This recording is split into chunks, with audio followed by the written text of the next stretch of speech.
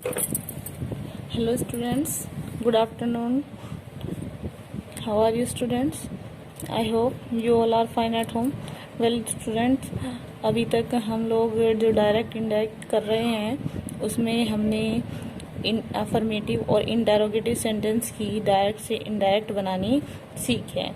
तो चलिए आज स्टार्ट करते हैं इम्पेरेटिव सेंटेंस की डायरेक्ट से इनडायरेक्ट कैसे बनाई जाती है। जैसे कि आप देख भी रहे हैं हमारा टॉपिक है डायरेक्ट एंड इनडायरेक्ट स्पीच, जिसमें आज हम करने वाले हैं इम्पेरेटिव सेंटेंसेस। आपको पहले ही बताया गया था कि जो सेंटेंस होते हैं वो 5 तरह के होते हैं। 5 तरह के सेंटेंस की हम डायरेक्ट से इनडायरेक्ट बनाने सीखते हैं, जिसमें हमने सबसे पहले असर्टिव की सीखी, उसके बाद हमने इंटरोगेटिव की सीखी और उसके बाद अब हम करने जा रहे हैं इम्पेरेटिव सेंटेंसेस। इम्पेरेटिव सेंटेंसेस का अगर हम डेफिनेशन की बात करें तो आपको पता ही होगा कि इम्पेरेटिव सेंटेंस होते हैं जिनमें आदेश, सलाह और प्रार्थना, किसी को मना करना, प्रोहिबिशन, इस तरह की सेंटेंस जो होते हैं उन्हें हम इम्पेरेटिव सेंटेंस कहते हैं। जिनमें ऑर्डर आदेश देना, एडवाइस सलाह देना, सजेस्ट मीन्स भी सलाह देना, रिक्वेस्ट प्रार्थना करना, बैग कुछ मांगना, प्रोहिबिशन यानी कि मना करना किसी को, जिसे हम कहते हैं ना ये मत करो, डोंट डू दिस। ठीक है, तो इस तरह के प्रोविजन मना करने वाले इस टाइप के जो सेंटेंस होते हैं उन्हें हम इम्पेरेटिव सेंटेंस कहते हैं। ठीक है, ये सेंटेंस जो होते हैं ये 2 प्रकार के होते हैं। एक होता है अफर्मेटिव, जिसमें सकारात्मक वाक्य आते हैं, जैसे मैंने किसी को कहा स्टैंड अप, खड़े हो जाइए, ओपन द डोर, दरवाजा खोलिए, यानी कि अफर्मेटिव सेंटेंस में नोट वाली फीलिंग नहीं है, मना नहीं किया गया है किसी को, तो अफर्मेटिव सेंटेंस होते हैं। दूसरे होते हैं नेगेटिव सेंटेंस, जिनमें नोट वाली फीलिंग आती है और नोट लिखा भी होता है, नेवर, नॉट, इस तरह के वर्ड उसमें देखने को मिलते हैं।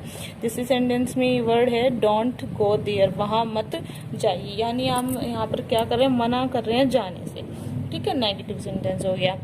तो चलिए अब कुछ रूल्स के बाद ये मैंने आपको बता दी कि इम्पेरेटिव सेंटेंस कौन से होते हैं और किस टाइप के सेंटेंस आपको डायरेक्ट में देखने को मिलेंगे जिन्हें आप इनडायरेक्ट बनाएंगे। तो उसमें सबसे पहले जो रूल है, जो भी आपकी रिपोर्टिंग वर्ब मिलेगी आपको सेंटेंस में, सैड या सैड टू, जो भी, उसको उसके भाव के अनुसार आप ordered, advised, asked, bagged, commanded, requested या इसके आधार और भी वर्ड आ सकते हैं, जैसे वार्नड, वॉर करना, चेतावनी देना, इस तरह के अनादि शब्दों का हम इसमें यहाँ प्रयोग करते हैं। इनके जगह पर हम इनमें से जैसे भी सेंटेंस का भाव होता है, अर्थ होता है, उसे समझ के उसी को हम यूज कर देते हैं। यानी कि सेंटेंस को पढ़ने के बाद अगर लग रहा है कि उसमें किसी को आदेश दिया गया है तो वहाँ आप ऑर्डर्ड लगाएं। ठीक है, कमांडेड भी ऑर्डर वाली ही फीलिंग देता है, लेकिन कमांडर जहाँ आया हो वहाँ आप कमांडेड लगाएं, उसके अलावा आप ऑर्डर्ड का यूज करें। एडवाइज्ड और सजेस्टेड सलाह देने के लिए प्रयोग होती हैं, जब हम किसी को सलाह दे रहे हो कि आप ये काम कर सकती हैं। ठीक है, और जहाँ पर हमें सेंटेंस भी समझना है कि वहाँ आदेश दिया हुआ है, सलाह दी है या कुछ रिक्वेस्ट की गई है, तो वहाँ पर आप आस्क्ड का यूज कर सकते हैं। ठीक है, इनमें आस्क्ड का यूज होता है, इसमें कोई भी हैरानी वाली बात नहीं है। आस्क्ड का यूज इंटेरोगेटिव में भी होता है और इम्पेरेटिव में भी होता है, लेकिन वहाँ क्वेश्चन मार्क लगा होता है इसलिए वे इंटेरोगेटिव होते हैं। यहाँ पर हम आस्क्ड लगाते हैं लेकिन फुल स्टॉप लगा होता है लास्ट में। उसके बाद बैग, बैग मीन्स अगर आप किसी से कुछ मांग रहे हैं तब आप यहाँ पर बैग का यूज कर सकते हैं। कमांडेड में आपको बता चुकी हूँ, जहाँ कमांडर आए और वो किसी को आदेश देता हो तो वहाँ कमांडेड लगाइए ऑर्डर्ड की जगह। रिक्वेस्टेड, जहाँ प्लीज, काइंडली या सर या मैडम, इस तरह के वर्ड सेंटेंस में देखने को मिले तो वहाँ आप इन रिपोर्टिंग वर्ब की जगह पर रिक्वेस्टेड का यूज करें। ओके स्टूडेंट, चलिए रूल नंबर 2 देखते हैं। ऑलवेज में नेवर के तुरंत बाद टू लगाएं। जिन सेंटेंस में ऑलवेज या नेवर लिखा होता है और जब आप उन्हें इनडायरेक्ट बनाते हैं तो आप इनका भी यूज करते हैं, साथ ही इनके तुरंत बाद आपको टू भी लगाना होता है। ठीक है, चलिए रूल नंबर हमारा 3 है, जो ये इन्वर्टेड कोमा वाला जो पार्ट होता है आपको, उसमें इन्वर्टेड कोमा को आप हटा देते हैं और उसके जगह आप कोई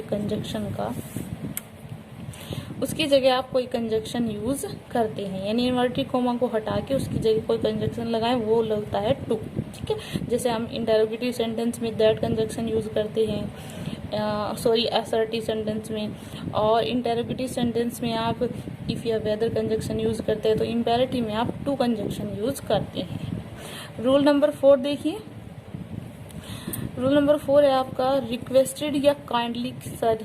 इस तरह के अगर वर्ड आते हैं सेंटेंस में, जो कि मैं आपको पहले भी बता चुकी हूँ, उनमें आप रिक्वेस्टेड का यूज करें किसकी जगह पर, आरबी यानी कि रिपोर्टिंग वर्ब की जगह पर आप क्या यूज करेंगे, रिक्वेस्टेड। ओके स्टूडेंट्स, चलिए रूल नंबर नेक्स्ट देखते हैं, जिसमें जैसे कि मैंने आपको पहले भी बताया था इस चैप्टर को शुरू करने से पहले, नेगेटिव सेंटेंस और अफर्मेटिव दो तरह के होते हैं ये। तो जो नेगेटिव सेंटेंस होता है उसमें डू नॉट दिया होता है, तो डू नॉट को हटाकर आपको क्या करना होता है, जहाँ पर सैड या सैड टू आपको लिखा मिले उसकी जगह पर आप फॉरवर्ड का प्रयोग भी कर सकते हैं। डू नॉट वाले सेंटेंस दो तरीके से बनते हैं, एक तो सैड या सैड टू की जगह आप फॉरवर्ड लगा दीजिए और फिर वहां से डू नॉट हटा दीजिए। फॉरवर्ड लगाने के बाद आपको नोट लिखने की जरूरत नहीं है, आप नॉर्मली टू से उस आगे वाले रिपोर्टेड स्पीच वाले पोर्शन को जोड़ सकते हैं। दूसरा तरीका एक और होता है कि अगर आप फॉरवर्ड नहीं लगाना चाहते तो वहाँ सेंटेंस के भाव के अनुसार ऑर्डर, रिक्वेस्ट जैसा कुछ भी लगा दीजिए। उसके बाद डू नॉट में केवल आप नोट को रखेंगे और नोट से पहले टू लगाएंगे, यानी टू नोट करके, नॉट टू सॉरी, पहले नोट लिखें फिर टू लिखें, नोट टू करके उसके आगे का पोर्शन जोड़ दीजिए, यानी आप डू को रिमूव कर दीजिए। ये एक तरीका होता है, ठीक है। एग्जाम्पल जब आप देखेंगे तो आपको सब समझ आ जाएगा। चलिए इसके एग्जाम्पल देखते हैं। एग्जाम्पल नंबर फर्स्ट है, the teacher said to us stand up. Teacher ने हमें कहा स्टैंड अप, खड़े हो जाइए। तो यहाँ पर टीचर क्या कर रही है, हमें टीचर हमेशा क्या करती है, ऑर्डर देती है इस तरह की सेंटेंस में जहाँ स्टैंड अप कहा गया है, ठीक है। तो सेंटेंस हमारा होगा द टीचर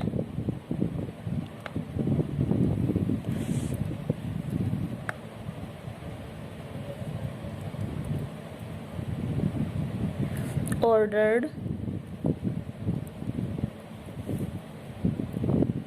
us। यहाँ पर कौन सा कंजक्शन लगाएंगे आप, to stand up.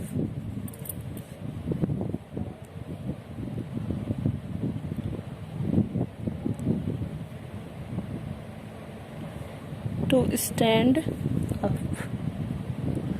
Okay students, चलिए नेक्स्ट सेंटेंस है, she said to me please give me the book, ठीक है, the pen. She said to me please give me the pen. यहाँ पर प्लीज आया, प्लीज या काइंडली, सर, मैडम इस तरह के वर्ड आए तो वहां पर हम सेड या सेड टू की जगह क्या लिखते हैं, रिक्वेस्टेड। तो she requested me.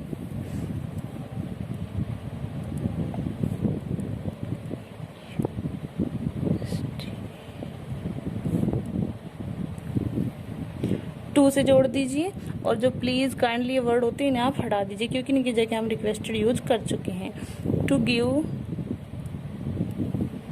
Me the pen.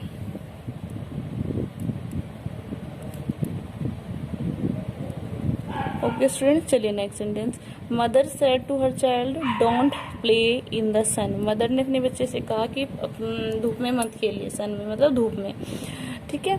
तो डोंट वाला सेंटेंस है, डू नॉट वाला यानी कि, तो इसकी जगह आप क्या लगाते हैं, फॉरवर्ड। दो तरीके इसके बताए थे, एक फॉरवर्ड से बनाते हैं सबसे पहले, मदर फॉरवर्ड हर चाइल्ड। अब डू नॉट वर्ड जो है वो आप हटा देंगे, ठीक है। टू से हम इस बाकी के पोर्शन को जोड़ देंगे, mother forward her child to play in the sun.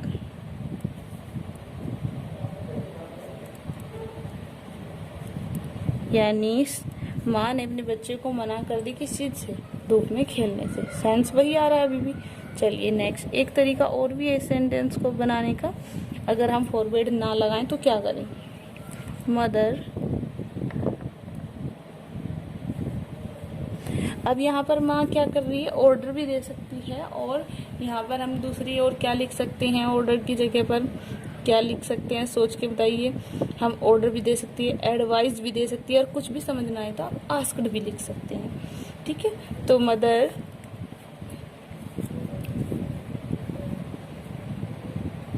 Ordered her child अब आप क्या करेंगे, अब पहले आप नोट लिखेंगे, उसके बाद टू कंजक्शन यूज करेंगे और उसके बाद बाकी का portion, not to play in the sun.